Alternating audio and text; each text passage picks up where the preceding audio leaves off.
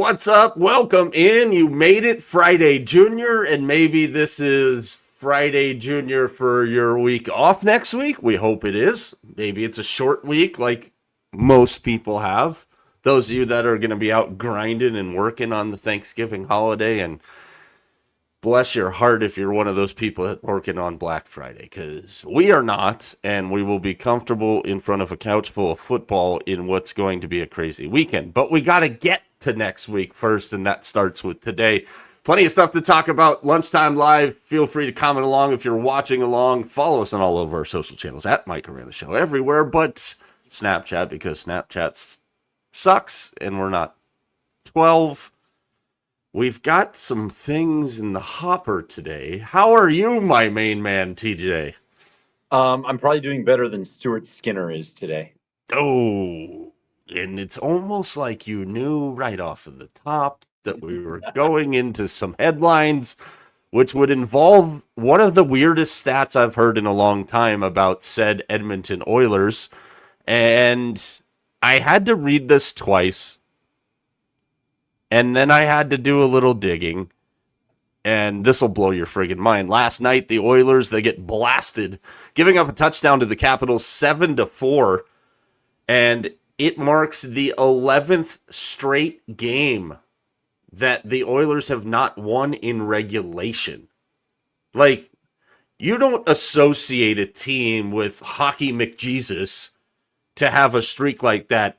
Ever. This Oilers team is 9-9-4. They are 4-8-2 away from Edmonton, and just an absolute shell. And we've seen the slow start for the Panthers, T. And I don't think that any of us are chalking up the slow start for the Panthers up to anything more than injuries. This Oilers team definitely looks like a team that's been on two long Stanley Cup final runs, especially out of the gate here. Yeah, I mean, they keep saying, oh, wait till Zach Hyman gets back. Wait till Zach Hyman gets back. Well, he's back, and nothing's changing. This team's not good on the back end, and their goaltending has been terrible, like flat out terrible. We were talking about Vegas last night. Vegas has no goaltenders with over a 900 save percentage. Edmonton has no goaltenders with over an 885 save percentage. That's worse. That's bad. And it's like there's got to be a point where with Stuart Skinner, and look, the fans give it to him. When we went to the Kings playoff game last year, we were giving it to him, right? And rightfully so. But there's a point where as an organization, you just have to you got to cut bait eventually. They do have Connor Ingram down in Bakersfield, and Connor Ingram is a veteran NHL goalie, and he might be needed to be brought in just as a change of pace. Give Skinner some time off, go find himself. You might need to get him out of Bakersfield just for the sake of getting him out of freaking Bakersfield would be the start. But yeah, it's when you look at the construct, if you will, and a lot of people will say it's early, and you're right, it is early. The Oilers are now at game number 23, will be their next one here. But if you were to look at the playoff picture right now at the 25%, I obviously have the studio window open, so it's flight testing day. Didn't think that one through before we started. But if the playoffs were to start right now, Edmonton would not be in the playoffs, and they would not be in the playoffs by two different teams ahead of them right now, the Seattle Kraken and the Utah Mammoth. The Sharks right on their heels, 1 point behind, and technically the Sharks have a better record than the Oilers do as far as wins and losses go. So that gives you the perspective.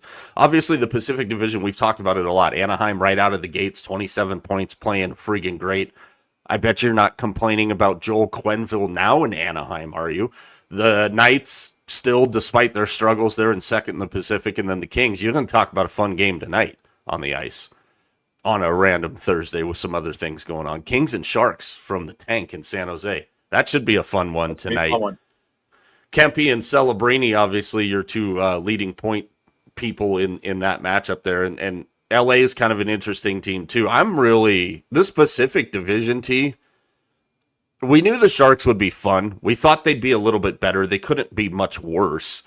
And when you look at the makeup of the Pacific Division right now, man, That's going to be a lot of fun to watch. Now, I expect, and I think you would probably say the same thing, I would expect over the next, you know, dozen and a half games here, we're going to see this thing kind of settle more to what we thought it was going to be. But this Edmonton team right now at a minus 15 differential, they're 4-5-1 in their last 10, and they've lost 2 in a row, man. It's getting ugly early for Edmonton. Let's take a look at something else before we get into the normal layout of the program today. Obviously, we'll go head-to-head in our college football Satur-Lay, and we've got some thoughts on Thursday night football, where which Josh Allen do you think will show up tonight? And that sounds crazy after a 6-touchdown performance, but I'm going to tell you some things here in a little bit about Josh Allen and Energy Stadium that don't go well together.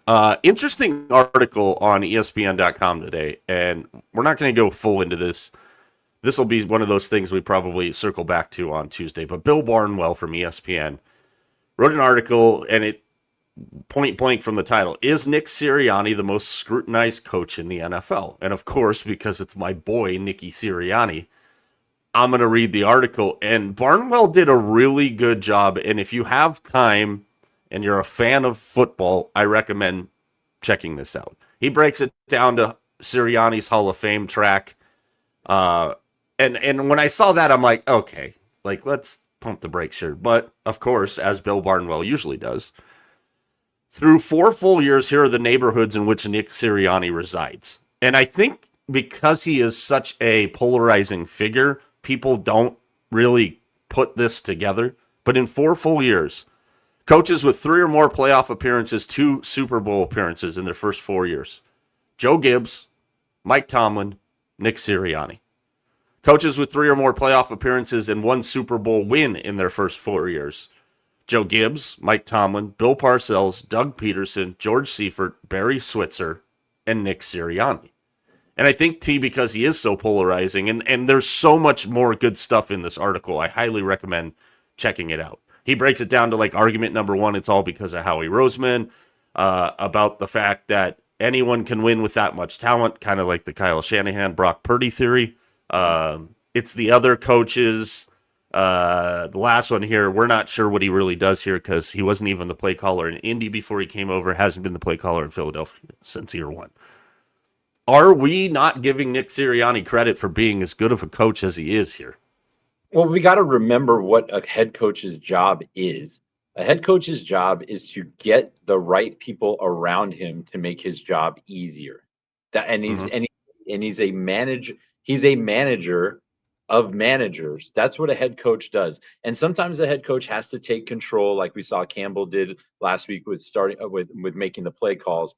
But his job is to get the best people around him to make his life easier, and he has done that successfully. He is definitely one of the top coaches in the league right now. I'm not ready to get him a bust for Canton just yet, but look, he's trending upward. The players love to play for him. He keeps winning. What are you going to do? He's doing his job. Extend him if you have to. Fine. Keep him in there as long as you need to.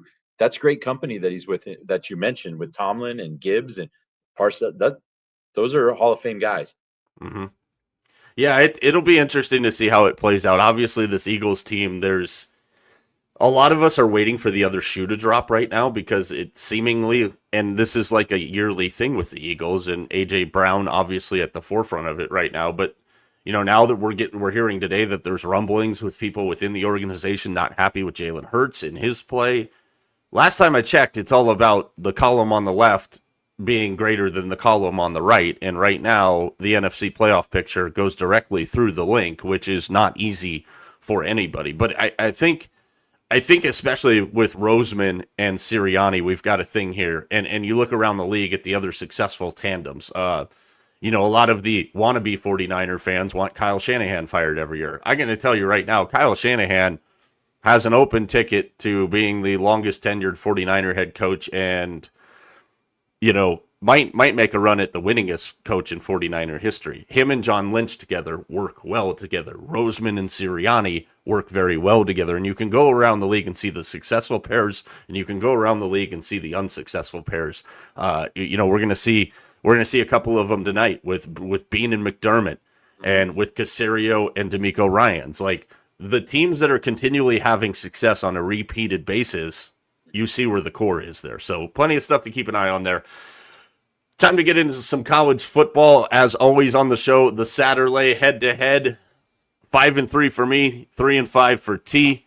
Obviously, the rest of my Satur-Lay picks out on Saturday. The games we will feature, the Big Mac kickoff tomorrow night, Louisville and SMU, a key game towards the making of the ACC standings. Another one in the ACC standings that TJ will have on Saturday for After Dark, Pitt and Georgia Tech. And I will have USC and Oregon, where maybe this is where the train departs Orange County for the Lincoln Riley era in USC. Again, that's something to keep an eye on. But let's get into some college football games that we like, our 4 favorite spots. And I'm going to start on a Friday night this time.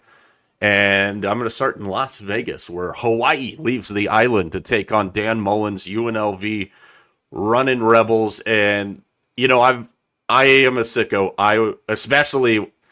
I'll fully admit this. I try and watch Hawaii as much as I can. I always watch Hawaii when they're playing at home on the island. They're a different team there. It's a different place to play. All the distractions. But Hawaii quarterback freshman Micah Alahado, he played his high school ball at a place that I know you're familiar with. I don't think it was there when you were in Vegas, but Bishop Gorman High School. 41-2 he was at Gorman. And he's going to have some friends there. I'm sure he'll have some family there. This game features the number 1 and number 4 offenses in the Mountain West Conference and 2 of the top 3 quarterbacks in the Mountain West Conference as well. I will talk more about this game tomorrow, but as far as the Satur-Lay goes, I think you've got 2 defenses that and Hawaii, especially when they leave the island defensively, not quite as great. I think we're going to see a hell of a lot of points. So my first play in my Satur-Lay, Hawaii UNLV Friday night, over 64.5. What do you got first? I love this, and it's applicable this weekend because it's also Grand Prix weekend in Vegas. So you're going to see lots of things spinning around and lighting up. Yep, exactly. I'm going to Oregon, dude. USC and Oregon. I know you're going to have more about it later on, but this is a game that features 2 of the best offenses, not only in the Big 19, but in the nation, 6th best versus 11th best.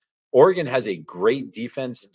SC, not so much. And we've seen SC involved in some close games lately, but they're pulling them out, which is good. But they have to go on the road, which is always a challenge for a Lincoln Riley team. I didn't take a side on this one yet, but I am going over because I think this is going to be a Jerry Lewis score-a-thon.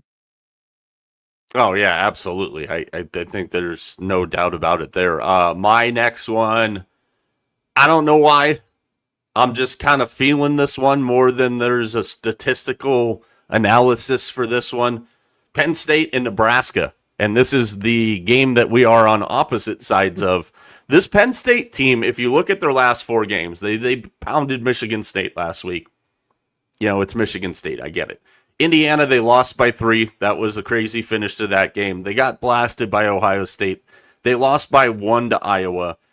So when I look at what they've done over the last 4 games, I see the ball rolling in a forward momentum direction here. Now, this would be the game that you would expect Matt Rule to win because it's not a big-time matchup. And we talk about the James Franklins and Lincoln Riley and Steve Sarkisian in big-time matchups. Matt Rule is in the same friggin' boat here.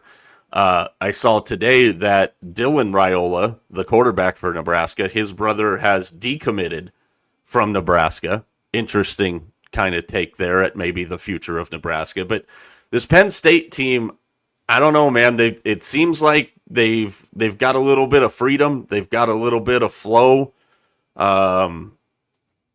It's a big number. I can't say I'm super comfortable with it. It's dropped down to actually 7.5 today, but we'll play it at what we got it at. I am going to lay 8.5 points with Penn State because I don't trust Nebraska as far as I can throw them here. You know, I don't trust Nebraska that much either, but, you know, when I watched them a couple of weeks ago, and look, I know he didn't throw the ball more than 10 yards in the air on any pass, but TJ Lateef had a quarterback rating of 267.5. He only threw 2 incompletions, 3 touchdowns. and he ran the ball like a banshee. And that's what this Nebraska team is going to do. They're going to try to run the ball right down Penn State's throat. And what that does is it's going to shorten the game. And that's really good for big spread games like this. I got it at 8.5, and I'm taking Nebraska on the road to cover the 8.5. All right, let's keep moving along here. My third one is an interesting matchup in the ACC. Georgia Tech and Pitt were battle this weekend, and Georgia Tech still got everything in front of them here. They've got control of their ability to play in the ACC title game. After last week's game, despite the win, you saw that Brent Key was not very pleased with the way his team played. I think there's that. There's his name getting bandied about in coaching searches, and of all the coaches being asked these same questions at this time of year in college football, Brent Key probably had the best response to it. Cut me open and see what colors I bleed, for those people that think he's going to leave Georgia Tech. Now, here's the thing with Georgia Tech. And according to Pat Narduzzi, they've been focused on this game for 2 weeks because he didn't care if Notre Dame scored 100 on him last week. Because that's the message you want to give to your team. I think Georgia Tech has played the season entirely conservative, and it's worked for them. They've gotten to 9-1. They've only attempted 9 fourth down conversions this year. And I think that's everybody's knock on Georgia Tech is, will they take the risk if they need to?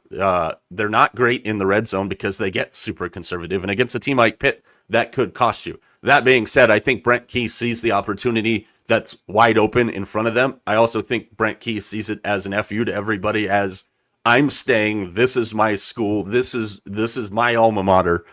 And I think they're actually going to blow the doors off of Pitt. The spread's 2.5.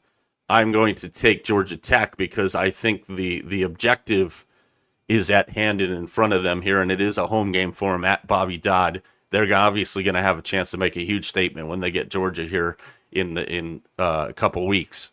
I got Georgia Tech to cover the 2.5.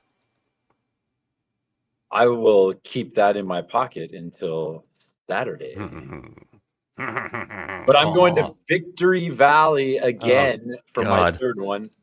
Fresno State hosting Utah State. And look, Fresno State's offense is good enough right now to get by. It's the defense that's been the difference. In their 5 of their 7 wins, they've given up less than 21 points. In their last 2 wins against Boise State and a not-so-good Wyoming team, 7 against Boise, 3 against Wyoming. Utah State's going to come in here and face the best defense that they've seen in conference play. It's going to be under the lights. It's going to be cold in the valley. I am taking Fresno State minus 2.5. All right, my final one. We're going to go to nighttime at Nippert Stadium in Cincinnati, Ohio. And Cincinnati comes in off of just an absolutely dreadful performance last week. Sorsby hasn't played well the last couple of weeks. Cincinnati with that interesting 3-3-5 defense. And our guy Jared Smith, go check him out on X. He did an interesting film breakdown of Baron Bachmeier and why he thinks he's going to be able to break down the Cincinnati defense here. And I absolutely agree with him. I just talked about Georgia Tech seeing the wide open opportunity in front of them. I think BYU obviously is in the same spot. And for BYU, you've got to make a couple of statements here because you're the first team on the outside looking in. Now, whether I think BYU should be in over Miami or not is a different story for a different day. BYU's got a situation here where as long as everything plays out the way it does, they're going to the Big 12 title game, and they're going to get that rematch with Texas Tech, assuming that everything plays out the way it does. If not, then you get into some crazy tiebreaker scenarios, which we'll talk about on Tuesday on the program next week. But Utah closing in right behind them, Houston closing in, Arizona State still has a pair, and so does Cincinnati. But when it comes down to X's and O's and straight up versus straight up here, BYU's the better football team. I think they're going to come in very focused, very ready to go. They know what the objective is. They cover 2.5, and I think they do it fairly easily as well. I'm going to H-Town for my last one, North Texas and Rice in a conference matchup. And we talked about USC's and Oregon's offenses. North Texas's offense is just as good. They are 5th in the country. They put up points like it's a bodily function. They're top in the nation in offense. I'm getting this at 55.5. And I think this thing is going to go over like it was on a crane. This team, 5 of the last 6 have gone over. I'm going over again. You know, and Eric Morris, a guy I talked about this morning on our social channels at Mike Arana Show, everywhere but Snapchat because we're not 12 and Snapchat sucks. Eric Morris is the guy I think if you're Oklahoma State, what are you waiting for? The guy obviously knows how to recruit into Oklahoma and that area. He knows how to recruit in the Texas area. Oklahoma State needs something to get them back into the picture in a Big 12 that is very competitive. I think he's a perfect match there. So I actually did the homework this week. If you take all 4 of mine, Hawaii, UNLV over 64.5, Penn State minus 8.5, Georgia Tech and BYU both minus 2.5, it comes out to a plus 1202. As we say on the program all the time, play them straight, play them together. That's up to you. TJ, Oregon, USC over 59.5, Nebraska plus 8.5, Fresno State minus 2.5, North Texas Rice over 55.5. That's a plus 1291, depending on which book you're looking at. Now, because I am a man of the people here, if you exclude our split decision on Penn State, Nebraska, and you take our other 6 picks and put them together, that's a plus 48.65. So you have been informed on our picks for the week, and I'll have a couple more picks tomorrow, but I'll tell you right now, as long as that number is 4.5 or better in the Florida-Tennessee game, I'm all over Florida this week. If you're not familiar with the Florida-Tennessee matchup, dominance by Florida in this series over the past 20 seasons. 17-3 the Gators are against Tennessee. That includes a perfect 10-0 mark at home, 8-2 against the spread in the Swamp, which remains still one of the best home field advantages in big games in college football as a whole. Thursday night football from Houston tonight. As the AFC playoff picture still tries to take some shape, the Bills still have a chance to run down the Patriots for the East crown. They are firmly in a playoff position as we speak. For the Texans, they are 1 game behind the Jaguars and 1 spot out of a playoff spot right now. So big game tonight, and we get Davis Mills and Josh Allen off a 6-touchdown performance. Here's some stats, and I'm going to let you roll through your 3 because T's got a hard out here at the top of the hour, so we'll have T start and I'll finish mine. But before you think about anything tonight on tonight's football game, everybody's playing Woody Marks angles because of the Bills' rushing defense. And I'll say that you're not wrong for playing a Woody Marks angle on the Bills' rushing defense, but Davis Mills is lacking a good offensive line. He's lacking offensive weapons here. I think Buffalo might be able to contain Woody Marks a little bit tonight. And here's the numbers that matter. Josh Allen 8-0 all-time on Thursday Night Football. That being said, Josh Allen is 0-3 all-time at NRG Stadium, 46% on his completions. He's got a 46.9 QBR. You know I don't care about that, but those 3 numbers are his lowest numbers by far at any venue that Josh has played in as a professional. So that being said, T, get us started. Well, again, we'll have you go through your 3 because you got a hard out here. So give us your 3 for tonight's game that you're liking, and I'm sure there's a kicker involved somewhere here. Oh, you know this. So I know that Josh Allen hasn't had the best success throwing the football, but I like his options of running the football. So I'm taking him over 40 rushing yards tonight. I've also got Kaimi Fairbairn at over 6.5 points total. And my man, Davy Dimes, is going to be dropping dimes tonight, but I'm hoping that he gets it to Xavier Hutchinson because I've got Hutchinson over 14.5 receiving yards tonight. I like it. You know, and there was a Bills play that I really liked too. Speaking of receivers with low yardage totals, Keon Coleman was at 21.5. The Bills are going to bench him again.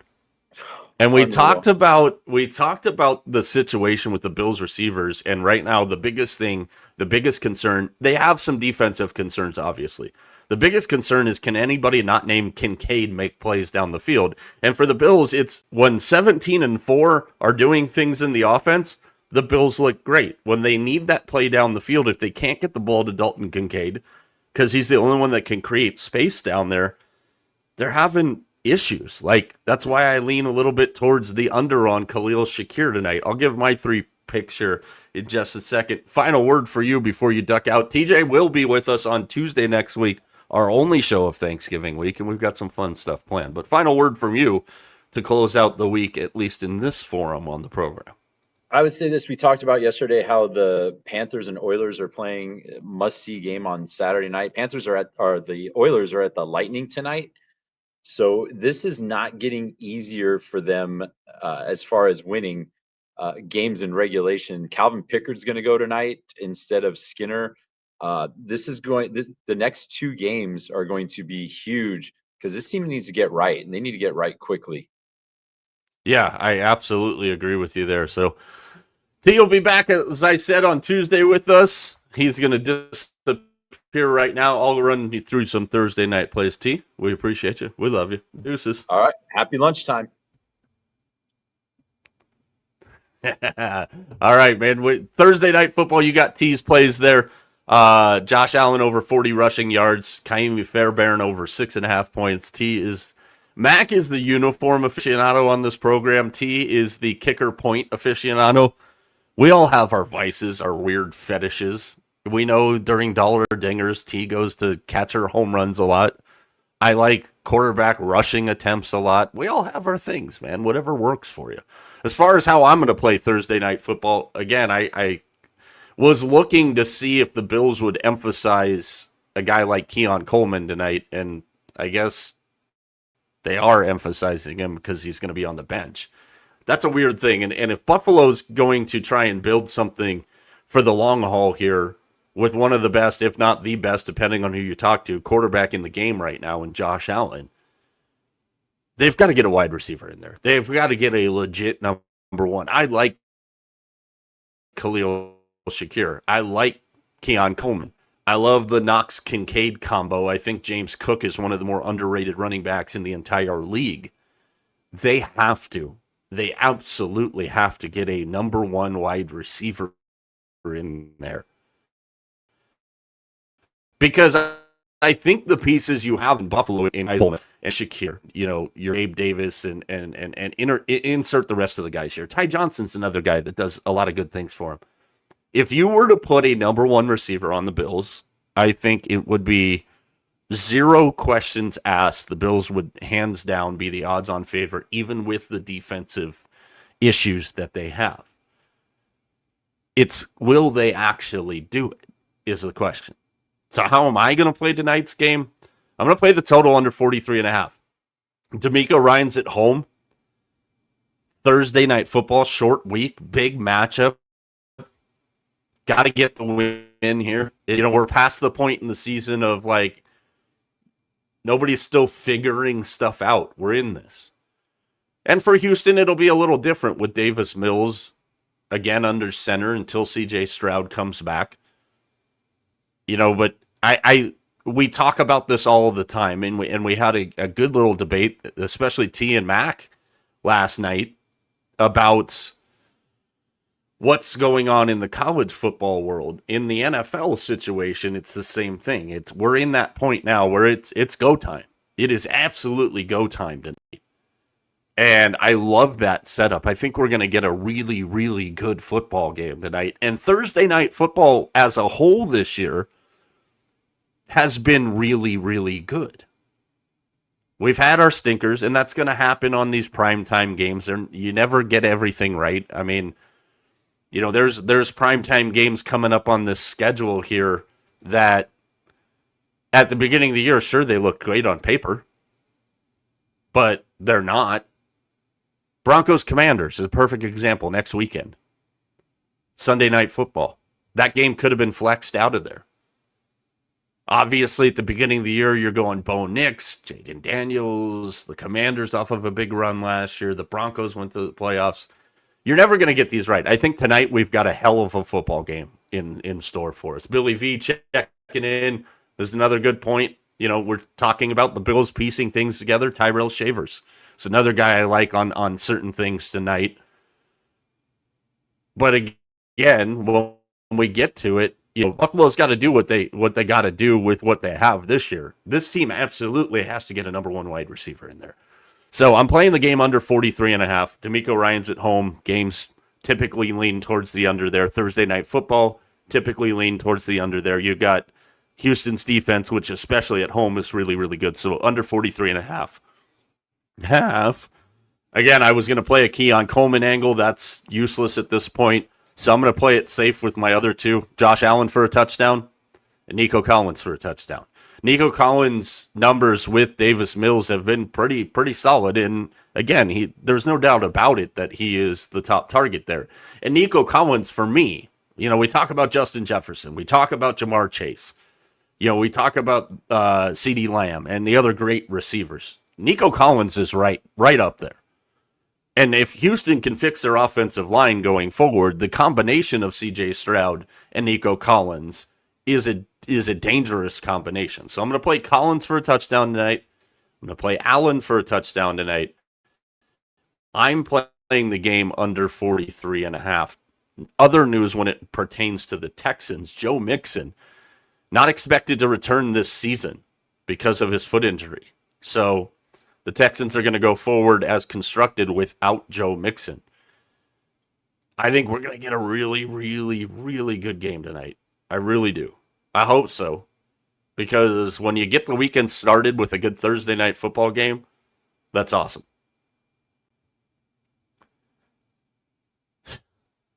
The Lakers have fired the Bus brothers from scouting roles in other news. That Lakers situation, and T nailed this a year ago, until the Lakers move on from LeBron James, and you're not going to move on from LeBron James, one of the best to ever do it. Not the best, one of the best to ever do it.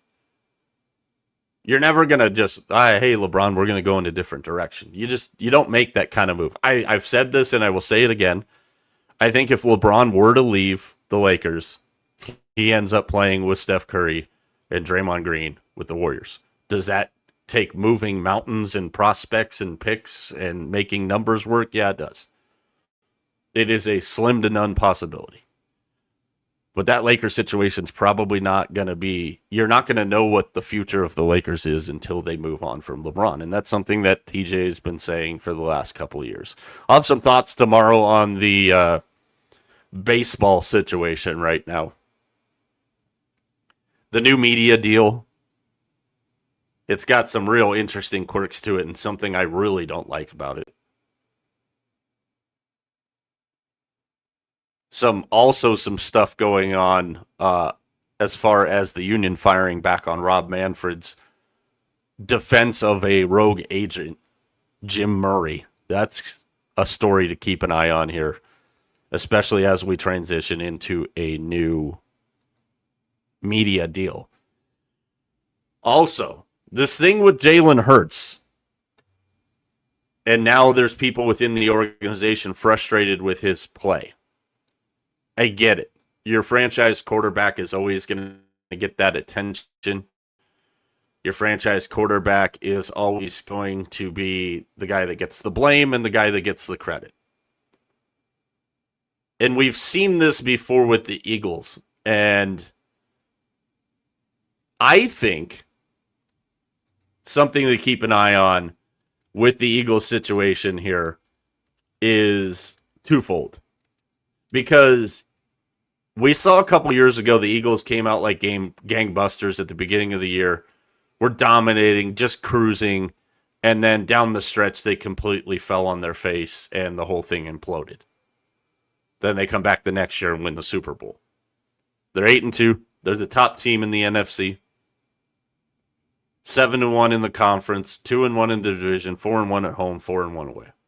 Plus 33 differential. They've won 4 in a row. Looks good. But I will say this, that it looked good a couple years ago, and we saw what happened after that. Now, we've got people upset with Jalen Hurts, allegedly, in his play. You're 8-2, man. You're 8-2. And I get it now. It's a win the Super Bowl or it's a failure of a season situation in Philadelphia. That's a good thing. That's what you want your team to be. Same thing in San Francisco. With a team who's had the window open for how long now? Been so damn close. How many times? It's a little different media animal in the Bay Area than it is in Philadelphia. This NFC playoff picture, man, when you really dive into the nuts and bolts of it, right now, if the playoffs started today, we'd have No Dan Campbell and Jared Goff. And the Lions, they're on the outside looking in. A game behind the 49ers. Green Bay, they don't look like they're on solid ground. The Rams, Mac and I have stated both of our cases on the Rams. That's the flavor of the week. That's the paper champion right now. It's the Rams. Started the season with the Packers. Then we went to, Denver, and now we don't like the way Denver is winning games. And I think the NFC is insane. The AFC is a little more cut and dry. You got Baltimore and Kansas City and Houston on the outside of the picture.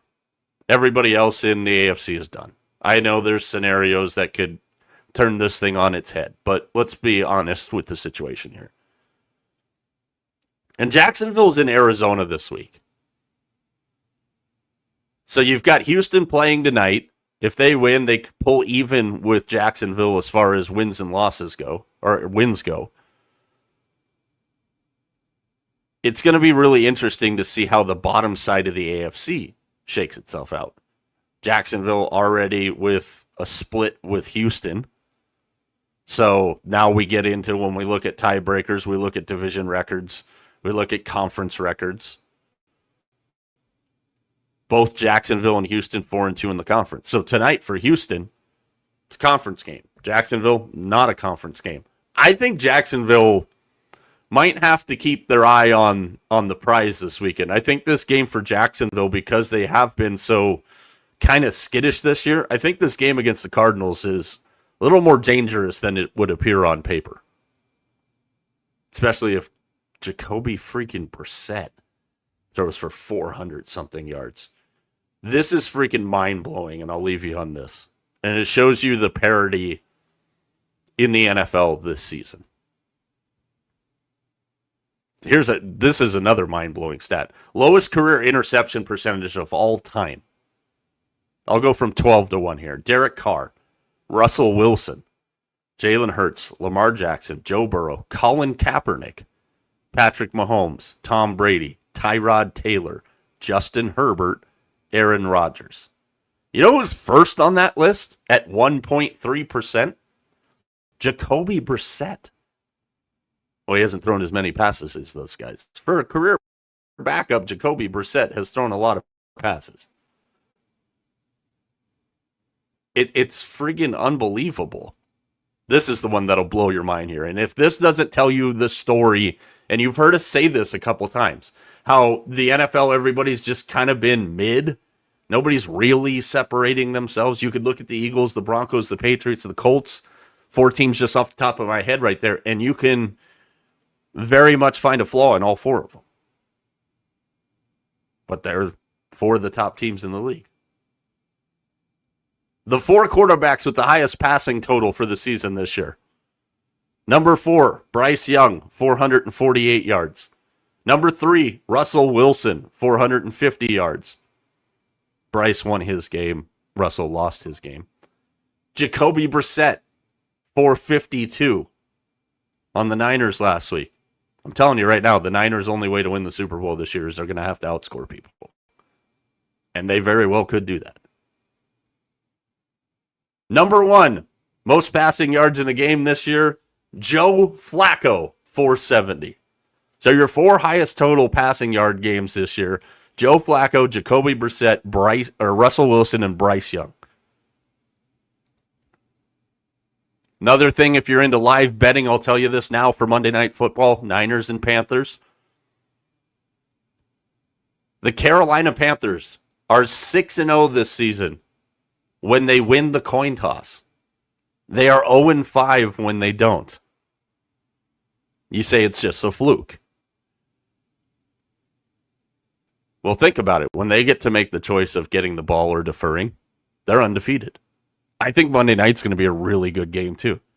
I think this Carolina team, I said it a couple weeks ago, is a little bit of a fly in the ointment. I'm starting to drink a little bit of the Canales Kool-Aid there.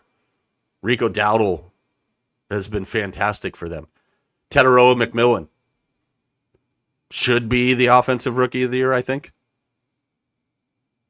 Most people are like, yeah, right. He plays for the Panthers. He's having a really damn good year. Really damn good year. 54 catches on 89 targets, 748 yards, and 4 touchdowns for the Rook. But Bryce Young's not a good quarterback. Maybe Bryce Young just needed receivers. A main receiver. A number 1 receiver. Buffalo. Interesting stuff. We'll have plenty of stuff to talk about tomorrow. We'll recap Thursday Night Football. Take a look at what's going on in the NBA. Also, some thoughts on the media deal with Major League Baseball and its 3 new partners and how they're distributing assets and what it does to you, the fan. To me, the fan. Because the MLB package is going to a network that I don't think anybody's going to like it going to. It's the network in the new media deal that has 4 letters. So plenty of stuff there. Also some other college football thoughts going into the weekend. Again, next week, just the one show on Tuesday. We're going to have some fun Tuesday. It is going to be packed with a lot of stuff because it is our only show next week. We're going to take some time. We're going to enjoy the Thanksgiving holiday. And then maybe on Friday, I might go the Christmas decoration route. If you're doing it early, shame on you. Do whatever you want. I don't care. Now, we talked about it. Vegas Mac has like 17 Christmas trees in his house. Different themes. Mama Mac's got that house decorated. Not my jam. It's Thanksgiving for me. And keep in mind, as I mentioned this morning, we're 17 days away. 17 days from the college football playoff bracket being finalized. And think of what is going to happen in the next 17 days in college football. We've got an Egg Bowl. We've got an Iron Bowl. We've got Ohio State and Michigan, Georgia and Georgia Tech, Texas A&M and Texas, Oregon and Washington. A lot of people think Oregon's going to trip up in Seattle against Washington. I would tell you you're crazy. UCLA and USC. Who doesn't want to see that? Vandy and Tennessee. That's a very important game. Vandy at Tennessee. I love that the Iron Bowl was a nighttime game. I absolutely love that. Because it hasn't been a nighttime game for a while. Then we're going to get conference championships. The coaching carousel is still going on while this is going on. And because we refuse to make the dates of the signing windows pertinent to the actual college football calendar, the coaching carousel does have an impact on the college football playoff. Whether you want to believe it or not, it does. The first of the big school dominoes, as we mentioned, fell. James Franklin to Virginia Tech. I think Penn State gets their hire nailed down before Florida and LSU do, because obviously Florida and LSU have their eyes on the prize, which is Lane Kiffin. I still think John Summerall is a great fit at LSU. But John Summerall is another guy whose team is basically knocking on the door of a college football playoff berth. How does that impact the search? So whether you want to admit it or not, the coaching carousel is going to play a factor. The next 17 days of college football are going to be insane. Absolutely insane. And it starts this weekend. And there's games on there because it is primarily the SEC cupcake weekend that don't jump off the page to you. Like Charlotte and Georgia. Max Big Spread game of the week. Eastern Illinois and Alabama. Arkansas and Texas. Michigan's at Maryland. Interested to see that game. Michigan's a 14-point favorite on the road at Maryland. Maybe the Terps are a little live this weekend. We can talk about that one tomorrow. Plenty of stuff, man. The next 17 days is going to be an absolutely wild ride. It's also crazy to think about there's only 17 days left before we find out the bracket and we start bowl season. Didn't we just start this? And we're here, heading in to week 13. It's crazy. It's crazy. Follow us on all of our social channels at Mike Arana Show. Everywhere but Snapchat, because we're not 12 and Snapchat sucks. Make sure, double check. You'd be surprised that you're following, you've liked, you've subscribed. Simple like goes a lot longer way than you realize it does. We appreciate all of you. Our day ones, our new people coming in. We appreciate every single one of you. So many fun things coming up. Tuesday's show will be packed. Tomorrow's show will react to Thursday Night Football. I hope you enjoy the game tonight because I'm looking forward to it. I think it's going to be a good one until the same time tomorrow. For TJ, for Vegas Mac, for everybody behind the scenes, I'm Mike. You know the drill.